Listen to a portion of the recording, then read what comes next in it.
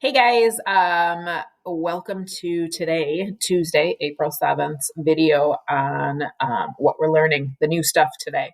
I decided to try a different location in my house. Most of my family is outside today. I'm filming this on Sunday.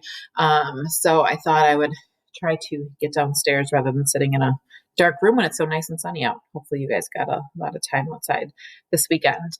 All right, so today we are learning lesson 815 in our CPM ebook. However, we're going to follow the same pattern that we did all last week. You guys gave some great feedback, and it really seems to work so far for us to do these little videos. You guys take some notes, and then you take what you learn and you practice either on IXL. We might try a Kahoot at some point too. Just some different online platforms that are easier for you to practice.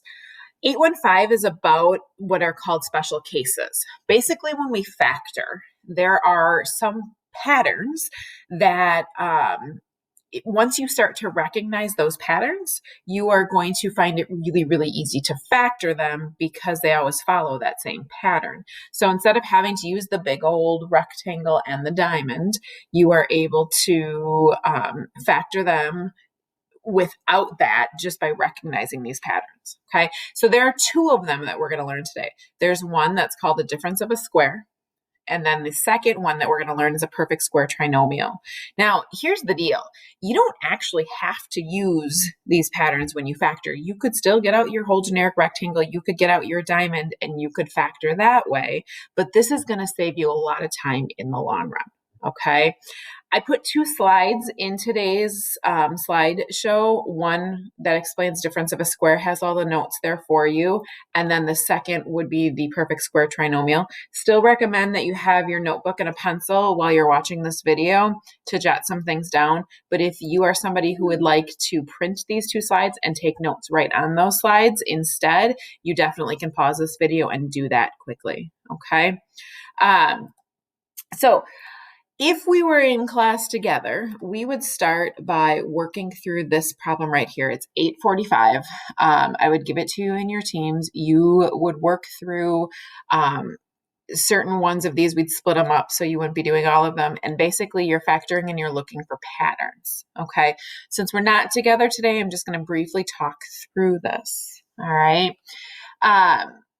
When we go through these, you'll notice that some of these are binomials. They have two terms, and some are trinomials. The two patterns that we are learning today, the difference of a square and the perfect square trinomial, difference of a square only has two terms in it. So a lot of those ones that we're looking at in that first problem, if they have two terms, they could potentially be a difference of a square. Not always, but they could potentially be a difference of a square. In order to be a difference of a square, this is what has to happen. Your first term has to be a perfect square. Your second term has to be a perfect square. And it has to be a subtraction problem because basically that's where the name comes from. Difference would be an answer to a subtraction problem. Difference of a square or difference of two squares is where this comes from.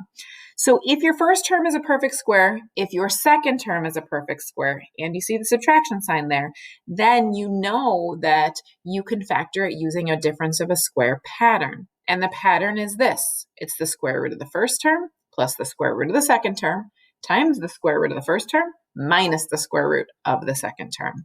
So on that slide, the note slide there, I had one for you. I had you factor 4x squared minus 9. I realized that the first was a perfect square, the second term was a perfect square, and it was a subtraction. So I took the square root of the first term, 2x squared. All right. Ooh, actually, I made a mistake on this slide. That shouldn't be 2x squared. Whoopsie. Real life, that should be 2x because we are square rooting x squared. You can see it in real time. All right. Square root of 4x squared is 2x minus square root of 9, which is 3, 2x plus 3. All right, so that's the pattern that we follow. If you look back at the other slide, oopsie, I'm going to go back to the Jamboard here. If you look back at this slide here, what you can find is this. If I look at that first term, all right, or the first part of this, x squared minus 49, I am going to ask myself, well, could this be a perfect square? Is the first term a perfect square? Is the second term a perfect square? And is it separated by a subtraction sign? And the answer is to yes to all those. So part A of this one is A is a difference of a square, so I can very easily factor that by taking, oopsie, this is not on the pen that I wanted on. Let's go with blue. I can very easily factor A by taking the square root of the first one, which is x, the square root of the second term, which is 7. All right. One is going to be subtraction, and then I do the same thing for the second one, x minus 7 times x plus 7. Okay. There are other ones of these that are also difference of squares. I'm not going to talk through each one, otherwise this video would be 25 minutes long. If you look at f, that's a difference of a square. All right, because square root of the first term is 2x, square root of the second term is 5. H is also a perfect square, or I'm sorry, H is also a difference of a square. K would not be, this one right here, would not be a difference of a square because, what do you think? Yeah, there's no subtraction sign. It's being added. So it only works with subtraction signs, all right, or when it's a difference. L would be a difference of a square. So that's one of our two patterns we're learning today. The second pattern, all right, oopsie, go back to the right slides. The second pattern is a perfect square trinomial. Perfect square trinomial, it's a little bit more difficult to recognize. A lot of kids with perfect square trinomials, they don't like to actually use the pattern until after they've done it for a while. What they end up doing is using the generic rectangle and the diamond to factor, and that's okay. But once you get kind of used to these and once you do a bunch of them, you'll realize that, hey, it's actually easier to find that pattern. So this one is this.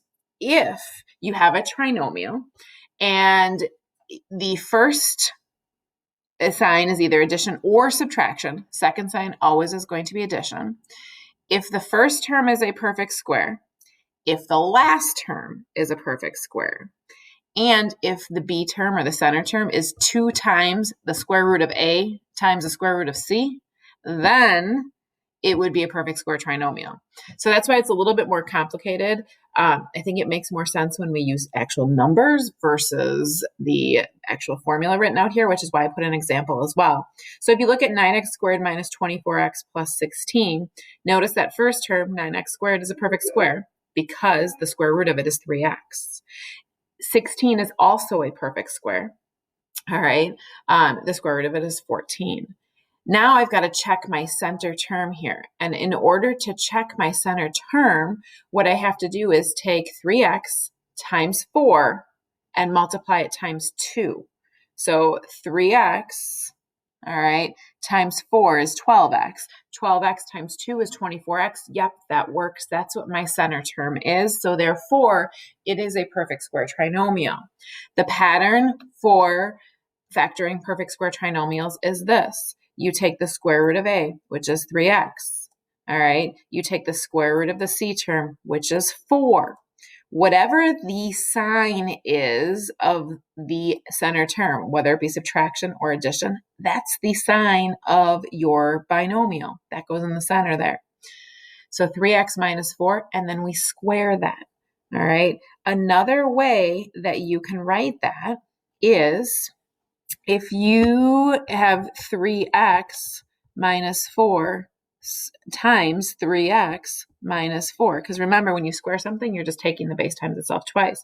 Because what happens now is a lot of kids say, well, how can you factor this to equal that? How can you factor 9x squared minus 24x plus 16? What happens to the negative 24x? Where does it go? Well, you have to remember that when we factor that, what we're really writing is 3x minus 4, times 3x minus 4. And then if you were to multiply that out either using a generic rectangle, all right, or you could multiply that out using FOIL, whatever method that you use, you would find out that you're going to get, okay, 9x squared minus 12x minus 12x. Oh, oopsie, I'm running into my little screen there. Minus 12x plus 16, you can add those together, and that's where that center term goes. We factor that in. All right. So the second pattern is a perfect square trinomial.